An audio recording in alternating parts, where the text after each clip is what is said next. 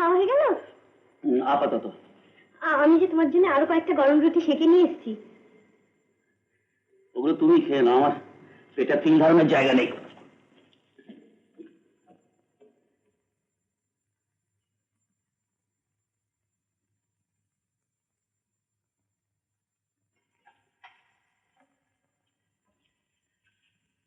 তোমার পেট ভরেনি না গো? কি করে বুঝলে?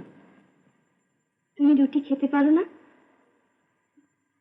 কিন্তু কিন্তু আমার কি দোষ বলো? মায়ের ভাড়ারে সব ঘি আমার কাছে আর অত কৈফিয়ত তোমাকে দিতে হবে না। তুমি কি ভাবো যে নেশার ঘরে থাকি বলে কিছু দেখি না, না কিছু বুঝি না? আজ ক্লাস পানো বন্ধ। একটু একটু সুপুরি আছে, কেটে দেবো? উর্মি, তুমি একটা দময়ন্তী মার্কা সতী মাইরি। আচ্ছা, তোমার রাগ হয় না আমার উপর? মনে হয় না অপদার্থ লোকটাকে লাথি মেরে দূর করে দিই? ছি ছি, ওসব কথা শোনাও পাপ।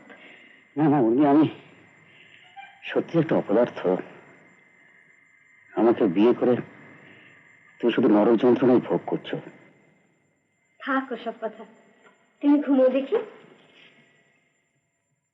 উর্মি, উর্মি, আমি কদিন থেকে একটা কথা ভাবছিলাম।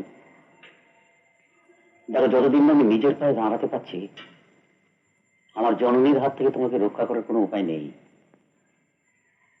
তাই ভাবছিলাম, যতদিন না আমি কিছু একটা করতে পারি, ততদিন তুমি তোমার বাপের বাড়ি গিয়ে থাকতে পারো না? না না না। কেন? ও, তুমি ভাবছো কি আমার খাওয়া জুটবে না? আরে আমায় নিয়ে তুমি ভেবো না, আমারটা আমি ঠিক ম্যানেজ করে নেবো, বুঝলে? না গো না, মার চিঠিতে বাবার কি অবস্থায় দিন কাটছে তার খবর পেয়েছি। তোমাকে তোমাকে এতদিন বলতে পারিনি। আমার বিয়ের সময় বাবা বাড়ি জমি সব কিছু বাধা রেখে আমার বিয়ের ব্যবস্থা করেছিলেন। সে দেনা বাবা এখনো শোধ করতে পারেননি।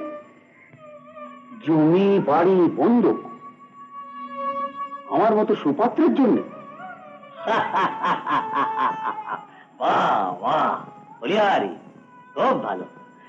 তো আমার মতো রত্নটিকে যিনি খুঁজে বার করেছিলেন, ওই যে কি যেন হন আমার, ওই যে তোমার বড়দাদা, তো তার তো শুনি বেশ ভালোই রোজগার। তো তিনি কিছু সাহায্য করতে পারেন না? কে বড়দা? বাবার যা আশা ভরসা সব ওই ছোটদার উপরেই ছিল, কিন্তু ছোটদাও কিছু করতে পারছে না। যাকে তুমি কিছু ভেবো না, শুয়ে পড়ো, যা কপালে আছে তাই হবে। শুয়ে পড়ো তুমি।